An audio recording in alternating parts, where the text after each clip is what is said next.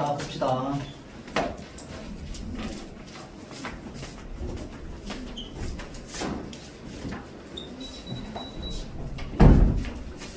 자, 이번에 시험 대비 쌤이랑 처음 하는 학생들도 있기 때문에 다시 한번 이야기를 좀 하자면, 여러분들이 보고 있는 건 자습서고요. 그 다음에 쌤이 지금 보고 있는 건 교사용 교과서라서 페이지가 좀 다릅니다. 글에 나와 있는 글 있는 위치나 이런 것도 달라요. 그래서 여러분들 지금 보고 있는 자습서 본문이랑 얘랑 왔다 갔다를 좀 잘 하면서 찾아가면서 필기를 좀 해주세요. 일단은 진도 체크부터 좀 해봅시다. 학교에서 뭐뭐 하고 있어요. 일단은 1단원 하시는 선생님부터 체크해 봅시다. 박시전은 다 끝났어? 아니요. 아직도 하고 있어요? 어느 정도 진행됐어? 몇 퍼센트? 반마다 다르긴 한데 그러니까 본인 반 기준으로 저희 반은 아직 본문 절반도 거의 안 나왔어요. 시작도 안 했어요. 시작도 안 했다고? 뭐 하고 있었는데? 저희 수행평가 이거 네, 읽고 뭐 해가지고 쓰는 그거만 했어요? 일단 알겠습니다. 그러면 그렇게 하고, 그럼 나머지 단어는 4단원의 문제 해결 과정으로서의 읽기 맞죠? 그 다음에 하나는 주장하는 글쓰기였나? 그거는 시험범위 아니에요. 그거 아니었고, 그럼 몇 다시 몇이었지? 북한말 안 들어간다고 그랬잖아. 두 개밖에 없어요. 시험 보면 소단어 2개밖에 없다고? 이거랑 박시전이랑 이거 4-1 하나 더 있을 텐데? 시험 범위가 이미 나왔어?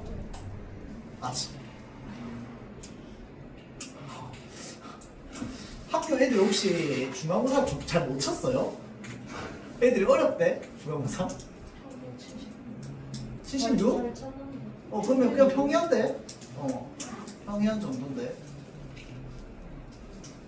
야, 시험 대비 다음 주에 해야 되나? 4주 동안 뭐 합니까 우리?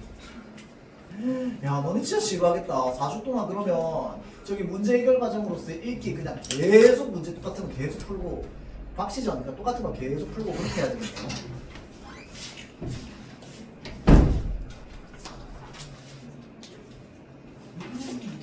뒤에 막 더 읽어보기 단원 이런 거 아무것도 안 들어가고. 어.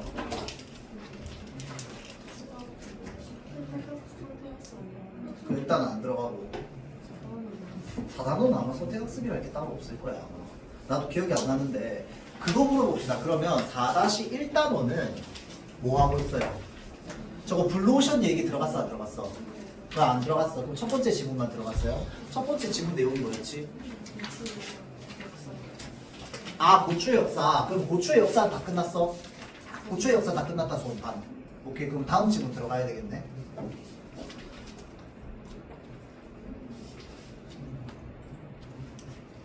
그러면 이 4-1단원 하시는 선생님 있고 박시전 하시는 선생님 있고 나머지 선생님 한 분 뭐 하신대? 그냥 끝날 때까지 수행평가 하신다고 했고, 뭐 한 학기 한 번에 이렇게 비슷한 거 뭐 이런 거 하는 거야?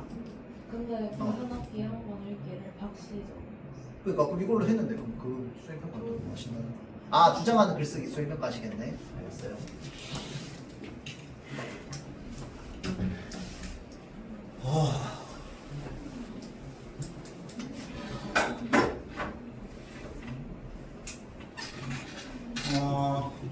그러면 천천히 합시다. 천천히. 오늘 하루 동안 그냥 박시전 그냥 다 뜯어보는 거야. 알겠죠? 단어 하나하나. 이렇게 여러분들 시험 범위가 적잖아요. 그러면 진짜 디테일하고 상세하게 봐야 돼. 엄청 사소한 것까지 물어볼 거거든.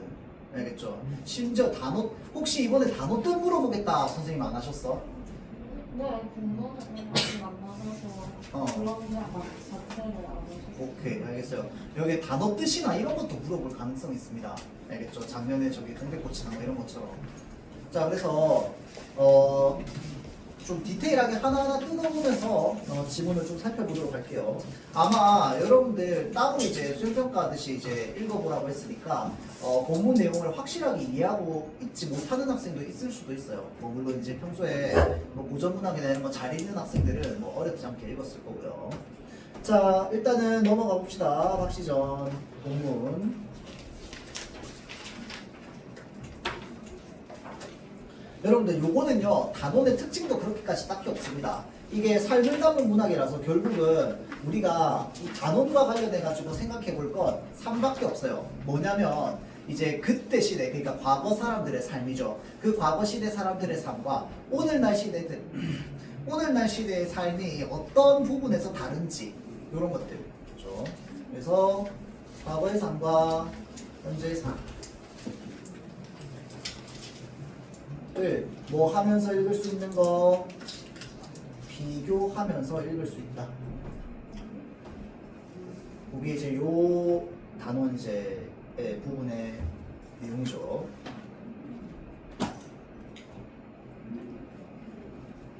자, 그러면 아직 그것도 잘 모르겠네요, 여러분들. 이 작품에 실존 인물이 나오는데 누가 실존 인물이고 누가 실존 인물이 아닌지 얘기 아직 안 했죠. 자, 그럼 여기에 표시 좀 하세요. 자, 이 소설에 실존 인물이 나오거든. 근데 이게요, 학교 선생님마다 조금씩 미세하게 다르게 얘기하십니다.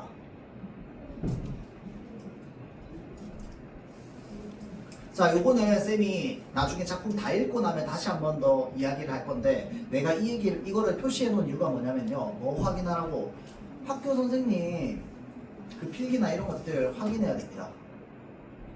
여러분들 학교에 맞춰가지고 얘기를 해야 되니까.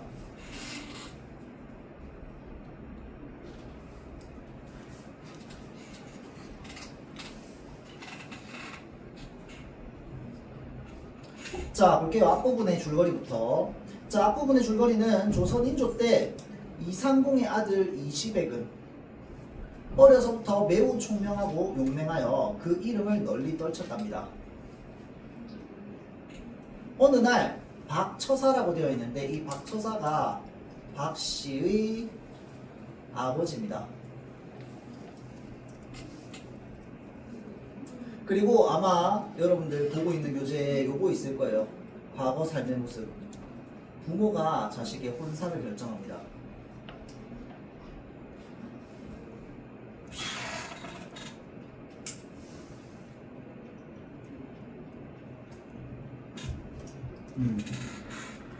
자, 그래서 부모가 자식의 혼사를 결정해요. 그러니까 이게 뭡니까, 여러분들? 예전에는 그런 게 있었어요. 내가 좋아하는 사람이랑 결혼할 수 있어, 없어? 없습니다. 난 결혼을 누구랑 하는 거야? 부모님이 정해준 사람이랑 하는 겁니다. 그래서 여러분들 예전에는 그게 있었죠. 그 여자는 결혼식 할 때까지 뭘 공개하지 않습니까? 얼굴을 공개하지 않습니다. 그래서 이상한 무슨 하얀 천 같은 걸 이렇게 사방에 이렇게 두르고 있어요. 그러다가 이제 결혼식 날 이제 남자도 여기에 반절하고 있고 여자도 반절해서 서로 마주보고 있는 상태에서 천을 이렇게 올려가지고 서로 얼굴을 확인하는 겁니다. 그때서야 얼굴을 알아요. 내가 누구랑 결혼하는지. 부모님이 정해주기 때문에. 알겠죠? 자, 그래서 박처사가 이상공의 집에 찾아가서 이시백과 자신의 딸을 혼인시키자고 했습니다. 이게 이제 과거의 삶의 모습이죠. 박처사의 신비한 재주를 보고 감탄한 이상공은 둘의 혼인을 허락합니다. 왜 허락하는데? 허락한 이유가 뭐야? 박처사가 뭘 가지고 있어서? 신비한 재주를 가지고 있어서. 그래서 굉장히 비범하죠.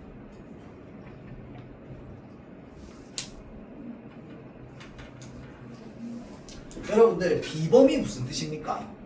비범. 범이 뭐예요? 야, 이 사람 범상치 않네.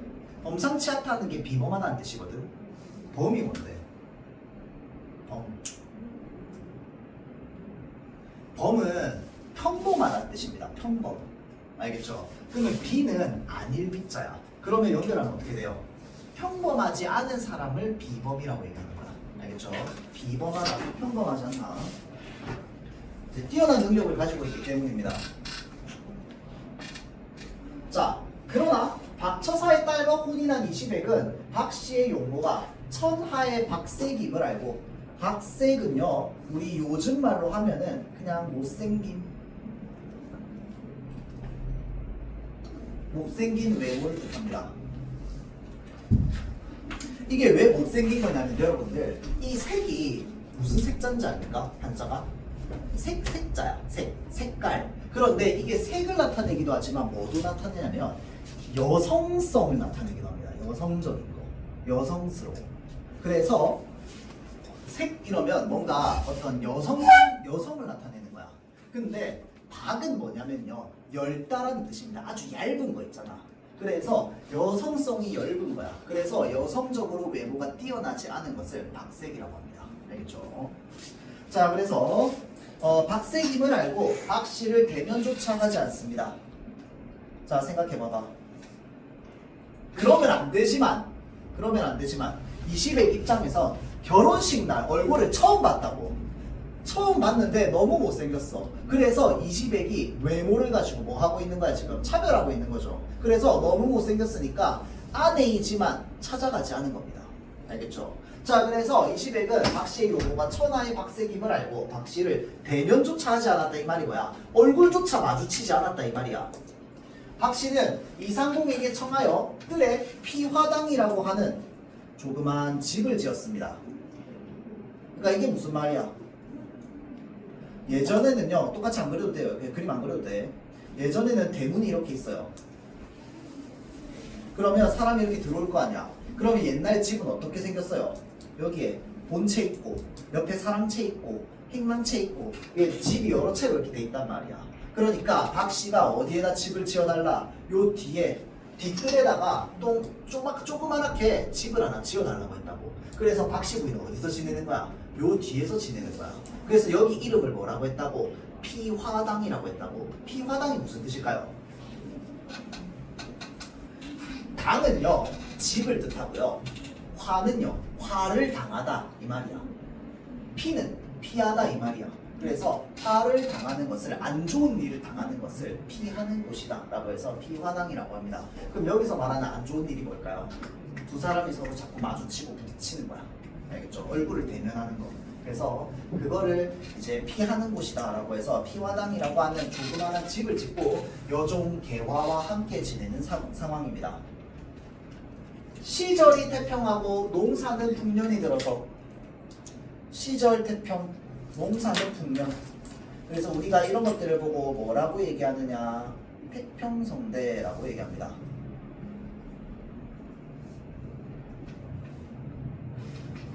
태평성대는요, 태는 아주 크다라는 뜻이야.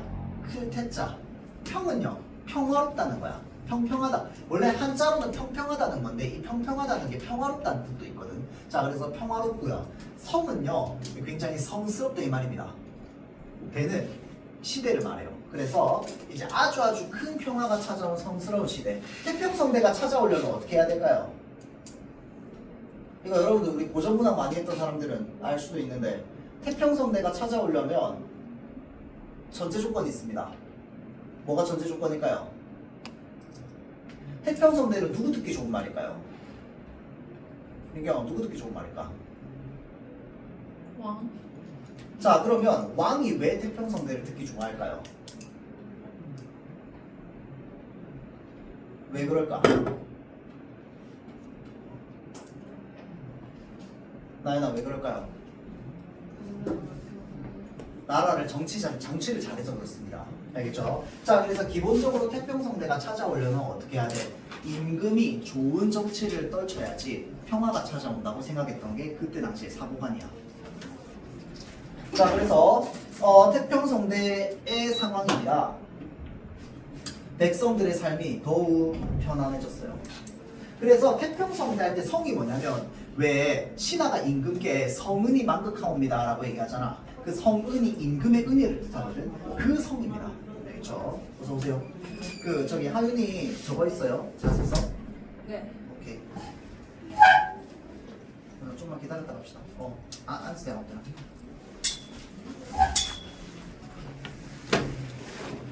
좀 기다릴게요. 지금 페이지 몇 페이지야? 지금 보고 있는 거. 자, 자습서 46페이지 펼쳐주세요. 나윤이 자습서 있어? 없어? 봅시다.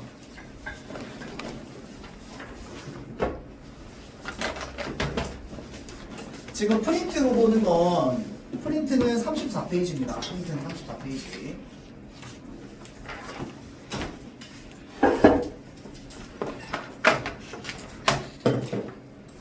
자, 다음 넘어갈게요.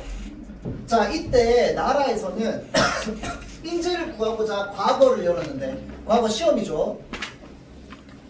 과거를 열었는데 시백 역시 이 과거를 치르기로 했답니다. 시백이 과거를 보기로 한 날 밤 박씨는 꿈 하나를 꾸었대요. 자, 뒤뜰 연못 가운데 꽃이 활짝 피어 있는데 그 꽃 위로는 벌과 나비가 날아오르고 꽃 아래에는 배곡으로 만든 연적이. 여러분들 연적이 뭔지 압니까? 연적. 혹시 여러분들 초등학생 때 붓글씨 안 했어요? 혹시 초등학생 때 먹 갈아가지고 붓 쓰고 뭐 이렇게 안 했었어요? 했었어? 아, 한 사람도 있고 안 한 사람도 있어? 그 외에 먹 갈 때 보면요, 먹 위에 뭘 뿌려야 됩니까? 물을 조금 뿌려야 되죠. 그러고 나서 이렇게 먹을 벼루에다가 갈아야 된단 말이야. 여러분들 벼루는 뭔지 알죠? 에이, 초등학교 6학년 때 저기 구멍난 벼루 있었잖아. 기억 안 나요? 그 저기 먹 하도 많이 갈아가지고 벼루에 구멍 났다고. 추사 김정희의 이야기였는데 초등학교 6학년 2학기에 나오는 지문입니다. 하여튼 자, 벼루에다 이렇게 먹을 갈아요. 먹을 갈려면 여기에 뭘 뿌려야 되냐면 물을 조금 뿌려야 돼요. 물을 조금 뿌려야 되는데 그러면 물을 지금 뿌리고 나서 나중에 갈 때 또 뿌리고 또 뿌리고 해야 되잖아. 그러니까 물을 담아놓을 통이 필요하다고. 그래서 이 물을 담아놓을 통을요, 그때 당시에 엄청 예쁘게 만들었어요. 신분이 높은 사람일수록 막 연꽃 무늬도 그리고 막 옥으로도 만들고 막 유리로도 만들고 막 이런단 말이야. 사기로도 만들고. 자, 그래서 걔가 어떤 식으로 되냐면 약간 주전자 비슷하게 생겼어요. 엄청 조그마한 주전자, 미니어처 주전자 같아요. 그래서 얘를 이렇게 들어가지고 물을 이렇게 뿌리는 거야. 알겠죠? 그게 연적이야. 근데 그 연적이 지금 잘 보세요. 이 박씨 부인의 꿈속에서 배곡으로 만든 연적이 놓여 있었다고. 되게 좋은 건가? 맞죠? 자, 그런데 갑자기 그 영적이 뭘로 변했답니까? 청룡으로 변했답니다. 자, 연적이 청룡으로 변하더니 푸른 바다 위를 논일다가 여의주를 얻어 구름을 타고 배곡경으로 올라갔대요. 자, 물어봅시다. 이거는 들었던 것 같은데. 자, 배곡경 누가 있는 곳입니까? 소유나. 배곡경 누가 있는 곳이야?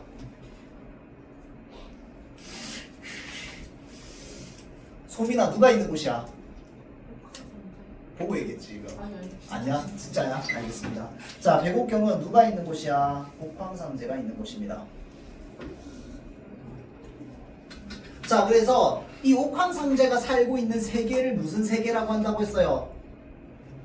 무슨 세계, 소민아? 하늘 위에 있는 세계. 소영아, 뭐요? 어이씨, 얘기해주면 다 까먹고 진짜. 천상계.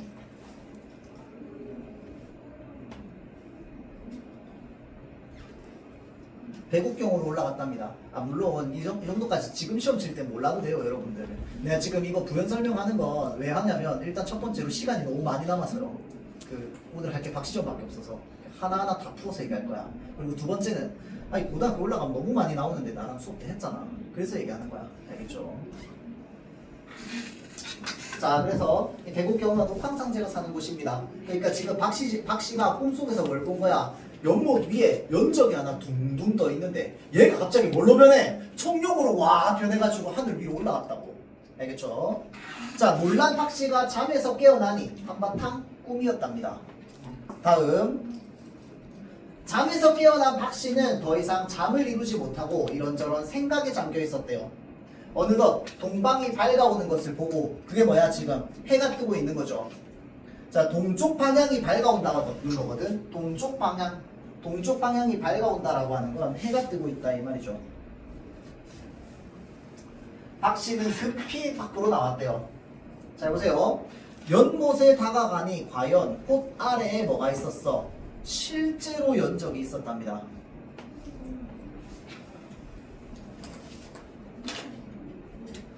자, 그래서 위에 적으세요. 고전소설은요, 어떤 성질을 많이 띠고 있느냐?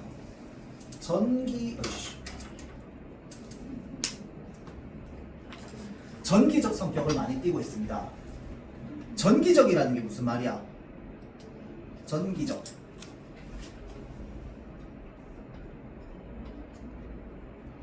비현실적인 걸 말합니다. 자, 그래서 여러분들 이 소설의 전기적 요소로 나오는 건 그냥 딱 물어보면 그냥 무슨 장면 무슨 장면 무슨 장면이요가 바로 떠올라야 돼. 알겠죠? 물론 나랑 여러 번 할 거지만 요거 읽으면서도 표시를 좀 잘 해보라고요. 알겠죠? 무조건 물어봅니다. 알겠죠? 자, 비현실적인 요소지. 꿈에서 연적이 나왔다고 실제로 우물에 연적이 있는 게 말이 되냐고요. 실제로 그럴 수 없잖아. 맞죠? 자, 그래서 연못에 다가갔더니 실제로 꽃 아래에 연적이 놓여 있었답니다. 꿈에서 봤던 거랑 똑같이 생겼대요. 그럼 뭐 하러 가야 돼, 여러분들? 여러분 같으면 뭐 하러 가야 돼? 여러분들 못 사긴 하지만 로또 사러 가야죠. 꿈에서 일어난 게 현실에서 그대로 일어났는데 너무 신기하잖아. 자, 다음. 반가운 마음에 연적을 방에 갖다 놓고 개화를 불렀대요. 그리고는 자, 급히 가서 서방님을 모셔오너라. 자, 서방님을 모셔오너라 라고 얘기하는데 여기에서 보면은 이제 상황이 어떤 상황이야? 과거 시험을 치러 가는 상황이야. 과거 시험을 치러 가는 상황이니까 당연히 뭐가 필요해? 연적이 필요해. 왜? 먹을 갈아가지고 붓을 쓸 거니까 연적은 당연히 필요한데 그 연적을 지금 이 우물 위에 있는 연적으로 전해주고 싶은 거죠. 그래서 몸종한테 개화한테 얘기해가지고 이제 서방님을 불러오너라 라고 이야기를 했더니 시백이 어떻게 행동하느냐? 정색을 하며 꾸짖었답니다. 무슨 일이 있기에 감히 장부의 과거기를 지책해 한다는 말인가?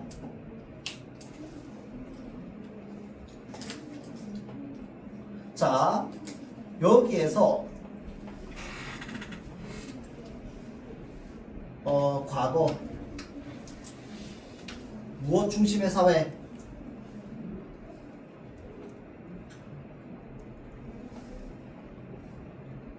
남성 중심의 사회. 지가 시험 치러 가는 게 뭐 어쨌다고 오라고 하는 걸 뭐 이런 식으로 얘기해. 자, 지금 여기서 말하는 장부는 뭔 장부를 말하는 거야? 남성을 말하는 거죠. 사내 대장부.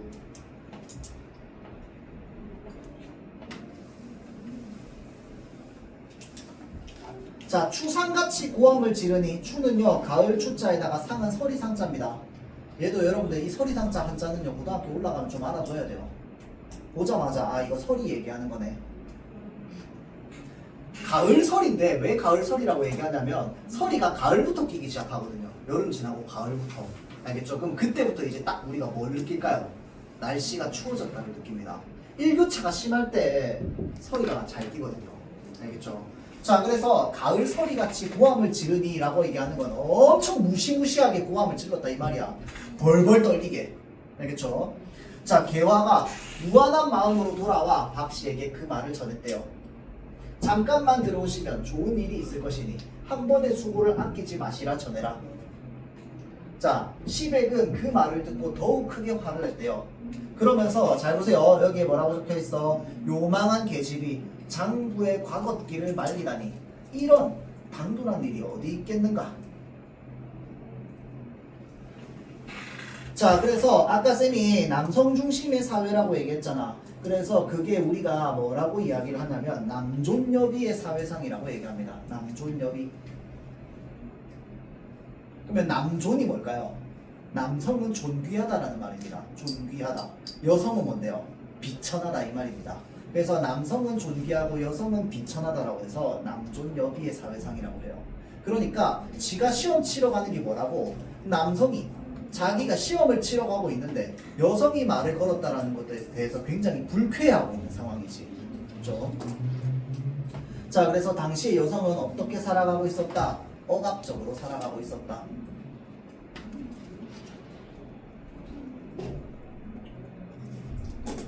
자, 그래서 얼굴이 붉으락 푸르락 하더니 개화를 잡아서 무엇을 때렸답니까? 매를 맞았답니다. 매를 때렸대요. 자, 물리쳤답니다. 개화가 돌아와 매 맞은 이야기를 하자 박씨가 자 보세요. 하늘을 우러르며 눈물을 흘렸답니다. 왜? 자, 이거 중요합니다. 여기 별표. 두 가지 감정이야. 두 가지 감정. 이거 서술형으로 많이 물어봅니다. 승아야, 무엇? 개화에 대한 미안함. 표시. 자, 그 다음에 남편에 대한 거 안타까움. 두 가지 감정이에요. 슬프다. 나로 인해 죄 없는 이가 매를 맞았구나. 이렇게 안타까운 일이 어디 있단 말이냐. 자, 슬프게 탄식한 뒤 개화에게 연적을 주며 시백에게 말을 전했대요. 이 연적의 물로 먹을 갈아 그를 지어 바치면 장원급제할 것입니다. 봐봐, 할 것입니다라고 얘기하잖아. 마치 알고 있다는 듯이 앞일을 뭐 해요? 예측합니다.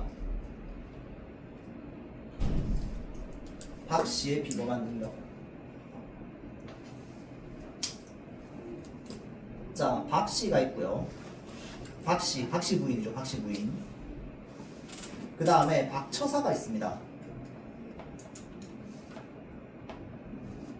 박 처사가 누구였어요? 이 박 씨 부인의 아버지였죠. 두 사람 모두 무엇을 가지고 있다? 비범한 능력을 가지고 있다.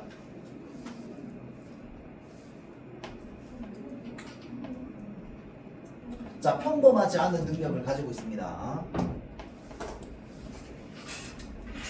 크게 출세하여 이름을 떨치거든. 자, 그래서 크게 출세하여 이름을 떨친다라는 우리는 사자성어로 뭐라고 얘기하냐면 입신양명이라고 합니다.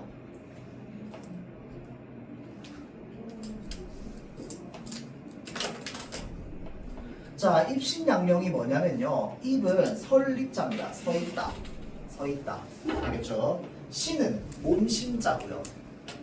명은 이름 명자고 양은 떨치다라는 뜻입니다. 그래서 몸을 바로 세우고, 그러니까 올바르게 산다 이 말이야. 몸을 바로 세운다라고 하는 거 올바르게 산다는 거고, 양명이라고 하는 건 이름을 떨치는 거야. 이름을 떨치려면 어떻게 해야 되게요? 일단은 내가 중앙정치에 올라가가지고 과거 시험 합격하고 중앙정치에 올라가서 유명한 신하가 되는 거야. 내가 왕이 될 수는 없으니까. 그게 입신양명입니다. 알겠죠?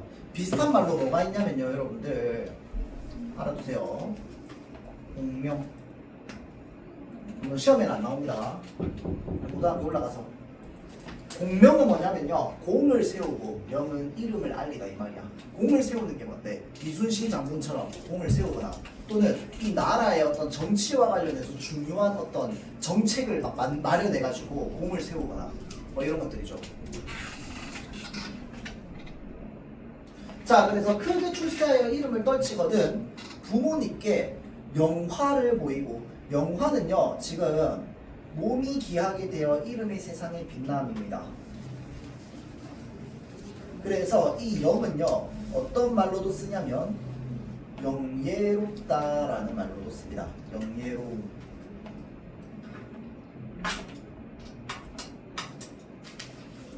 영예롭다라고 하는 게 이게 몸이 귀하게 된다 이 말이야.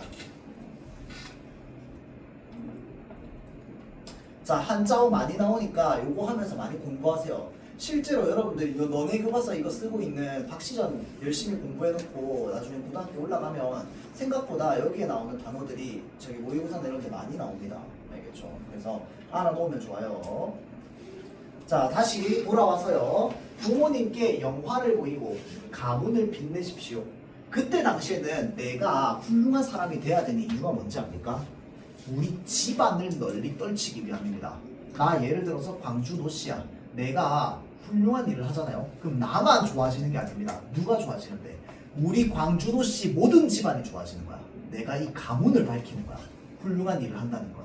그때 당시에는. 알겠죠? 자, 그래서 가문을 빛내십시오. 그런 후 나같이 복 없는 사람, 여기서 말하는 나같이 복 없는 사람은 누구를 말합니까?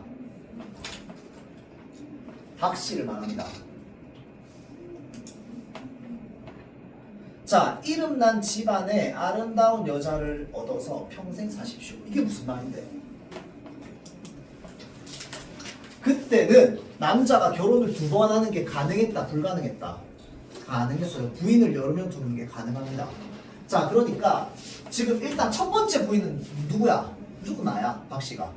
이게 지금 뭔 얘기하고 있는 거야? 박 씨가 개화한테 이 지금 얘기하고 있는 이 말을 이시백한테 전달하라고 지금 개화한테 얘기하고 있는 거죠. 그래서 이 시백에게 전달하는 말인데 과거 시험 합격해가지고 영예롭게 되면은 가문을 빛내고 그러고 나서 나는 첫 번째 부인이지만 몇 번째 부인을 두라고 두 번째 부인 두라고 그 사람은 예쁜 사람을 만나가지고 그 사람이랑 짝짝꿍처럼 잘 지내라고 얘기하는 겁니다. 그게 그때 당시의 사고관이야. 알겠죠? 자 그래서 대화에게 이 말을 들은 시백이 연적을 들어 찬찬히 살펴보니 천하에 둘도 없는 거였다. 도배였다는 거죠. 자, 잘 보세요. 시백은 마음속으로 깨닫는 바가 있어. 동그라미. 이것도 많이 물어봅니다. 객관식에서. 깨달은 건 뭘 깨달은 거야? 아, 나를 부른 게 날 도와주려고 했고 나를 깨달은 거야.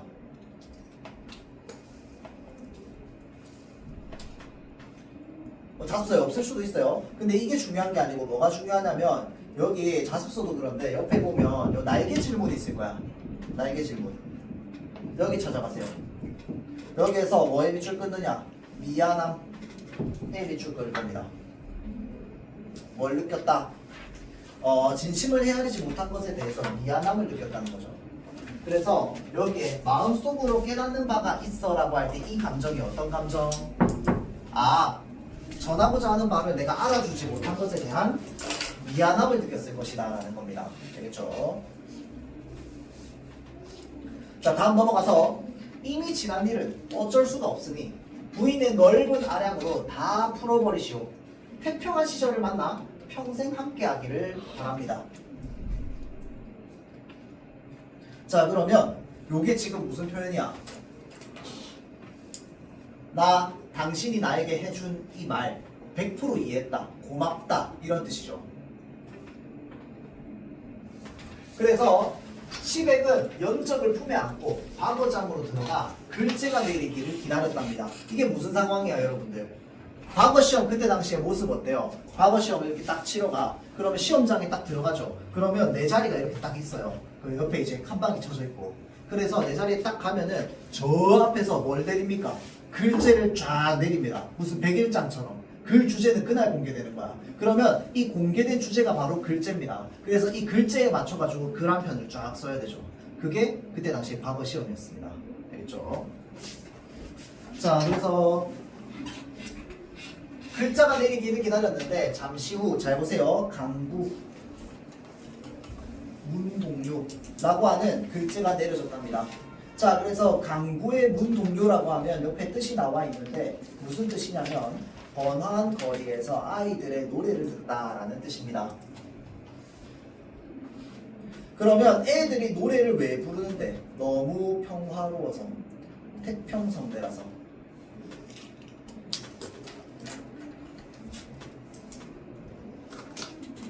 그러니까 주제가 뭐야? 주제가 태평성대라는 거야. 자, 그래서 강구의 문동요라는 글자가 내렸답니다. 시백이 박씨가 준 연적에 물을 부어 먹을 갈아서 황무무신피를 반쯤 흠뻑 적신 후, 자, 반다름에 써내려가니 가히 고칠 것이 없었답니다. 그 말은 무슨 말이야? 아주 그냥 기가 막힌 글 한 편을 썼다는 거죠. 그렇죠? 자, 그래서 황무무신필은요 아주 좋은 붓입니다.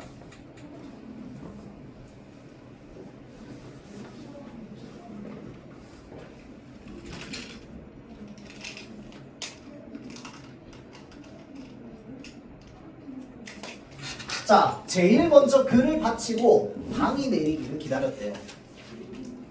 자, 그럼 이게 뭐냐면요. 방이 뭐냐면 우리 지금으로 따지면 저런 종이처럼 자보 같은 걸 말합니다. 자보, 대자보. 알겠죠? 그래서 그럼 저 방에는 뭐가 적혀 있느냐? 합격자 이름이 적혀 있습니다. 그러니까 나는 글 한 편 쫙 다 썼고 제출했고 저 방이 내려올 때까지 기다리고 있었던 거야. 합격 소식을 기다리고 있는 거죠. 자, 이득춘의 아들 시백이라고 적혀 있었고요. 장원급제였다. 몇 등 했다? 1등 했다. 야, 이 사람이 장원이야. 이러면 장원이 뭐야? 1등 했다는 뜻입니다. 요즘도 쓰는 말이죠. 장원. 자, 다음 넘어가서 이윽고 춘담대 높은 곳에 춘당대는 저기 서울의 어디 경복궁이었나 궁궐 안에 있는 장소입니다. 알겠죠? 그러니까 합격자 발표 장소. 알겠죠? 자, 높은 곳에서 새로 장원 급제한 사람을 부르는 소리가 근데 춘당대 좀 알아두세요, 여러분들.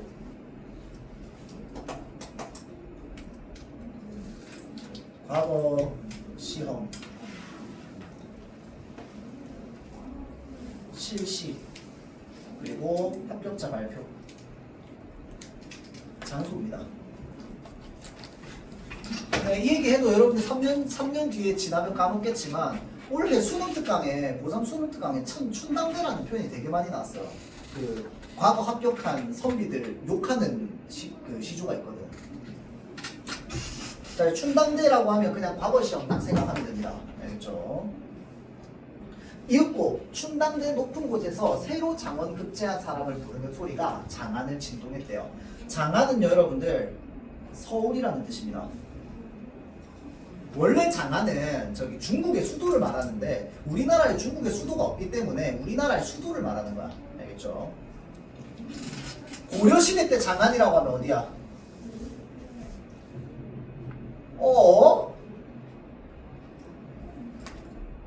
서윤아, 고려시대 때 장안이 어디예요? 허허, 참 통탄한 얘기구나. 누구한테 물어보지? 고나 어디예요? 고려시대 장안 어디야? 에이, 이거 혹시 아직 시험 안 쳤어? 시험 안 쳤어? 어느 시대까지가 시험범위였는데? 진짜 너 진도 왜 이렇게 느려? 그러면 잠깐만, 학교에서 그러면 지금은 지도 나갔을 것 같은데? 지금 조선시대 안 들어갔어요? 뭐 하고 있는데? 아직도 통일실로 하고 있어요? 국어만 진도가 느린 게 아니구나. 이러고 나서 나중에 고등학교 올라가면서 다 까먹겠는데. 자, 알겠습니다. 너 모를 수 있지? 오케이. 통탄하지 않을게요. 자, 고려시대 수도는 개경이었습니다. 개경. 지금의 개성이죠. 저기 북한 쪽에 있는 개성공단인데. 자, 그래서 그게 중요한 건 아니고요. 조선시대의 장안은 어디야? 우리 지금으로 얘기하는 서울입니다. 한양. 맞죠? 자, 그래서 장안을 진동했답니다. 자, 시백이 대궐로 들어가 임금께 인사를 올리니 임금이 좌우를 물리친 뒤 시백을 가까이 불렀대요. 한참 동안 살피던 임금이 크게 칭찬하며 당부했답니다. 부디 훌륭한 신하가 되어 나라를 위해서 충성을 다하라. 시백은 감사의 절을 드리고 물러나 집으로 향했대요. 자, 어사화라고 하는데 이 어사화가 뭐냐면 어사가 되었다는 거고 화는 꽃을 말합니다. 그래서 이게 뭐냐면 이 왕관 같은 건데 머리에 쓰는 겁니다. 꽃이 이렇게 탁 이렇게 있고요. 자, 그래서 이게 뭐냐면 장원 급제한 사람, 과거 시험 1등한 사람만 쓸 수 있는 겁니다. 그러면 어사화를 쓰고 돌아왔다라고 하면 뭐야? 최고로 성공해서 돌아왔다 이 말이야. 자, 그래서 어사화를 쓰고 진짜 느릿느릿 소 타고 돌아옵니다. 말도 아니야. 소 타고 돌아와요. 엄청 느리게 가겠지. 그러면 내가 어사화를 쓰고 이렇게 소를 타고 오면 뒤에서 사람들이 쫙 일렬로 줄지어 오면서 과거 합격을 축하하는 겁니다. 그럼 그걸로 어디까지 가는 거야? 집까지 가는 거야. 집이 부산이야? 그거 더 부산까지 가는 거야. 중간에 어디 묵었다가 이러면서. 그게 엄청난 큰 행사이기 때문에. 왜냐면 전국에서 1등 했잖아. 전국 1등 배우해주는 겁니다. 그러면 그걸 쫙 해가지고 이제 와요. 그러면 나보다 먼저 간 애들이 있을 거 아니야. 그럼 걔네들이 뭐까지 만들어줘요? 꽃길까지 쫙 뿌려줍니다. 완전 최고 대우야. 알겠죠? 자, 어사화를 뽑고 금과 옥으로 된 띠를 두르고 말 위에, 얘는 말 위에 앉았네. 말 위에 앉은 시백의 모습은 너무나 찬란하고 당당했답니다. 시백 일행은 청색 홍색의 깃발을 앞세우고 삼현육각을 울리며, 삼현육각은 뭐냐면 이 국악입니다. 국악. 그러니까 궁궐에서 연주하는 국악. 그러니까 뭐야? 국가에서 뭐도 지원해줘? BGM도 지원해주는 거야. 걸어다니면 뭐가 흘러나와? 뒤에서 BGM이 흘러나와. 알겠죠? 자, 그 상태로 지금 집에 돌아오고 있는 상황. 자, 삼현육각을 울리며 장안 큰 길로 나섰답니다. 서울의 큰 길로 나섰다는 거죠. 요게 지금으로 따지면 무슨 길이냐면 저기 서울에 여러분도 혹시 교보문고 앞에 가봤어요? 그 대로변 쫙 있고 이순신 동상이랑 세종대왕 동상 있잖아. 거기입니다. 왜냐면 우리 지금 거기 큰 길이요, 그 조선시대 한양에서도 큰 길이었어요. 그 길은 실제로. 그래서 그 조선시대 그 길이 그대로 지금 이 도로로 남아있는 거야. 뭐 하여튼 그렇습니다. 자, 때는 바야흐로 춘 3월 호시절. 만물은 흐드러지게 피어나 빼어난 경치를 자랑하고 있었대요. 자, 호시절이라고 하면 뭐야? 좋은 시절을 말합니다. 춘 3월이라고 하면 3개월의 봄날을 말해요.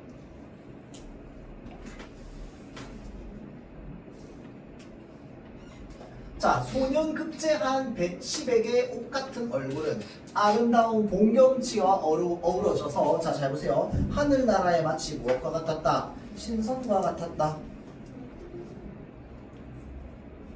시규법이죠. 보통 이렇게 어사화를 꽂고 그 큰 이 서울의 대로변을 쫙 걸어가잖아요. 그러면 양쪽에 뭐가 있게요, 여러분들? 양쪽에 뭐가 있게요? 시장거리입니다. 시장거리, 장거리 앞에서 상점들이 쫙 있을 거야. 그러면 거기서 이제 장사하던 사람들 나와가지고 전부 뭐 해야 됩니까? 박수 쳐야 됩니다. 절하고. 알겠죠? 자, 그래서 온 서울 사람들이 축하를 다 받는 거야.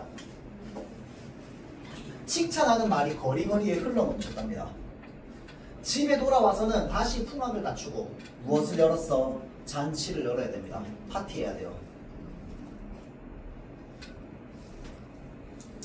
자, 잔치에 참석한 여러 재상은 이미 높은 신분에 있는 사람입니다. 이미 그래도 좀 꽤 높은 신하들, 알겠죠?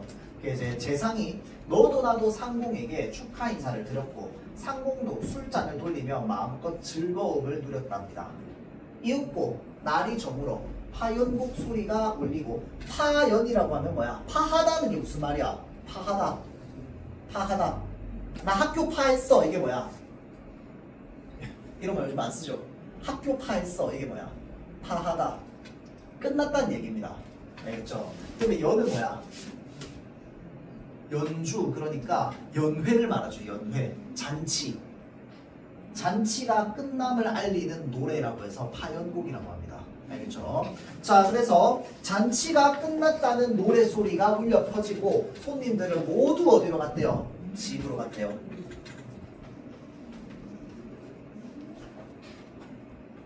자, 상공이 시백과 함께 내당으로 들어가. 내당은 집의 안쪽에 있는 방이야. 안쪽 방. 알겠죠? 안쪽 방으로 들어가 촛불을 밝히고 낮을 이어서 즐기려고 했지만 지금은 밤이 됐으니까 즐기려고 했는데 얼굴에 나타난, 잘 보세요, 서운한 빛을, 이거는 누구의 서운한 빛이냐면 상공의 서운한 빛입니다. 그럼 상공은 누구야? 이시백의 아버지죠. 이시백의 아버지임과 동시에 누구의 시아버지야? 박씨 부인의 시아버지야.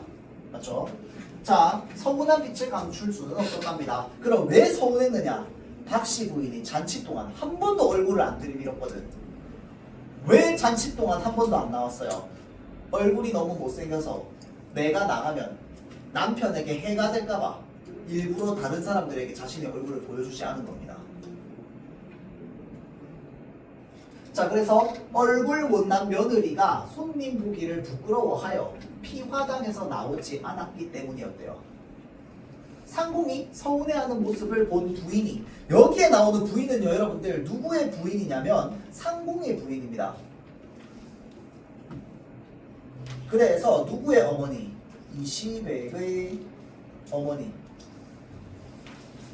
박씨의 시어머니가 되는 거야. 알겠죠? 박씨의 시어머니. 오늘 이 경사는 즐거운 일이죠. 장원급제 날 평생에 2번 보지 못할 경사입니다. 이런 날 대감의 낯빛이 좋지 않은 것은, 여기서 말하는 대감은 누굴 말해요? 상공을 말하죠. 상공의 낯빛은 얼굴빛이죠. 얼굴빛이 좋지 않은 것은 무슨 까닭입니까? 추한 박씨가 이 자리에 없어서 그런 것입니까? 참으로 우습습니다. 자, 이거를 통해서 우리는 무엇을 알 수 있느냐? 지금 상공의 부인은 뭐 하는 사람이다? 박씨를 외모로 평가하는 사람입니다.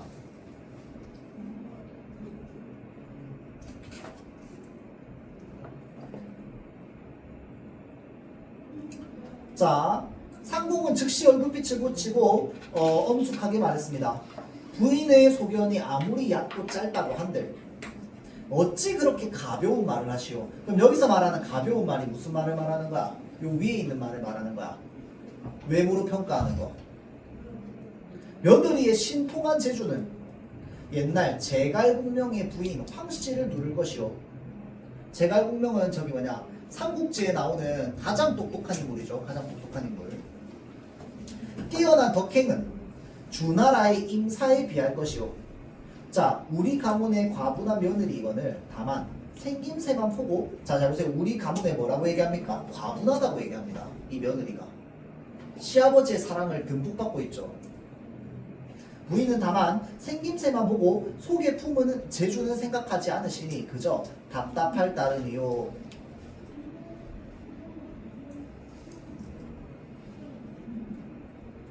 자, 과거의 삶과 과거의 삶과 오늘날의 삶을 비교하는 게 저기 뭐냐, 이 단원의 학습 목표라고 했잖아. 그러면 그거에 맞춰가지고 우리가 생각해보면 우리는 요거를 통해서 뭘 할 수 있느냐, 과거에도 인물이 어떻게 나뉘었다. 그러니까 사람의 성격이나 사람의 성품이 어떻게 나뉘었다. 외모로 사람을 평가하는 인물이 있고, 외모로 사람을 평가하지 않는 사람의 부류가 있다는 거야. 우리 지금 시대에 당연히 있지. 지금 시대엔 당연히 있고, 과거에도 어땠다? 과거에도 있었다는 거야. 그래서 외모로 사람을 평가하는 사람 누구야? 소영아, 누구예요? 외모로 사람을 평가하는 사람 누구야? 이 소설에서 상공의 부인. 근데 한 명 더 있습니다. 누굽니까? 소민아, 누구야? 이시백입니다.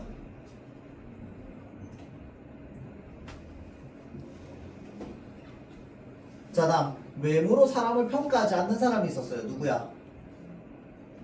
이상공이죠. 시백의 아버지.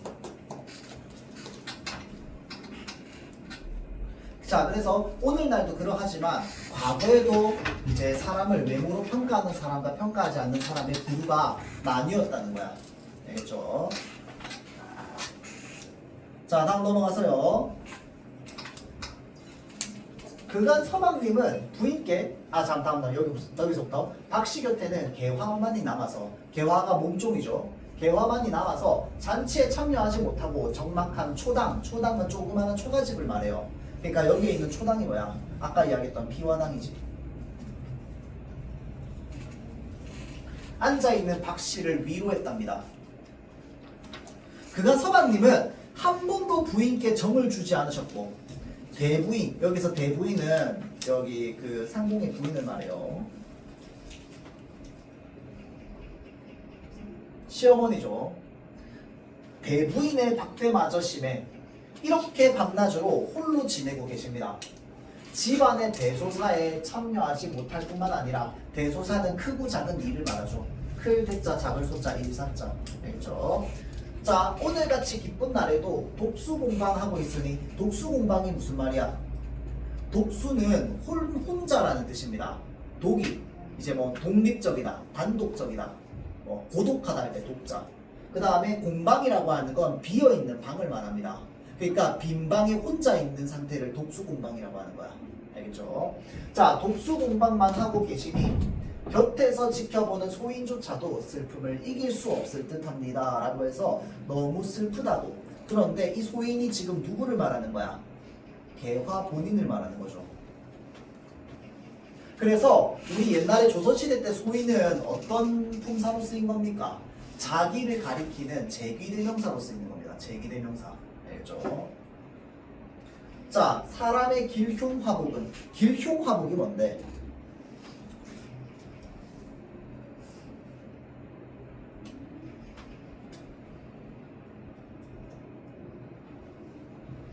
쉽게 말하면 뭐야? 좋은 거, 안 좋은 거, 좋은 거, 안 좋은 거야. 미안합니다. 화, 복 이러면 화가 안 좋은 거, 복이 좋은 거야.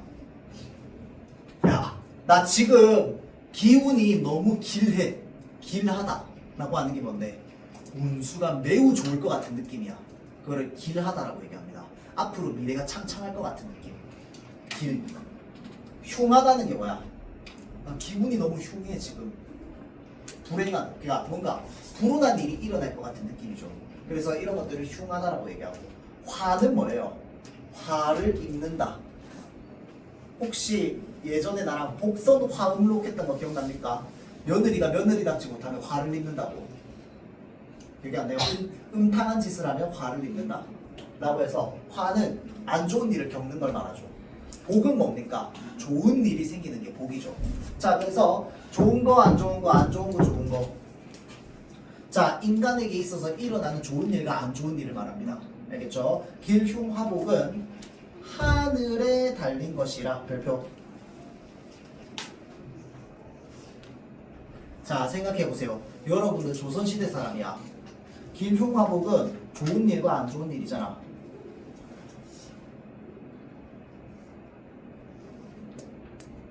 자, 다음 두 번째.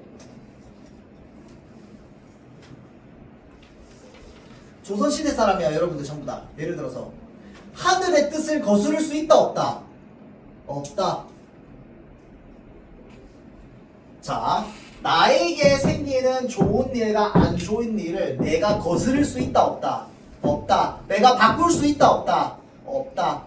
무조건 뭐 해야 된다? 무조건 뭐 해야 된다? 그렇죠. 받아들여야 된다. 하늘에 달린 것이라. 이거 진짜 중요합니다, 여러분들. 운명론적 태도.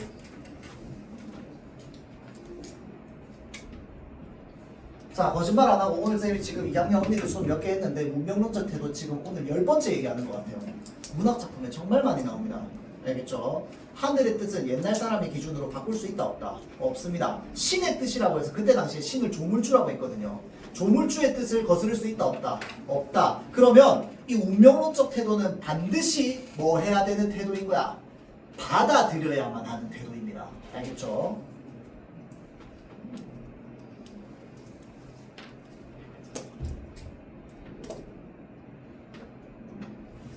조금이라도 거스를 수 있다, 없다? 없다는 뜻입니다. 운명론적 태도는. 알겠죠?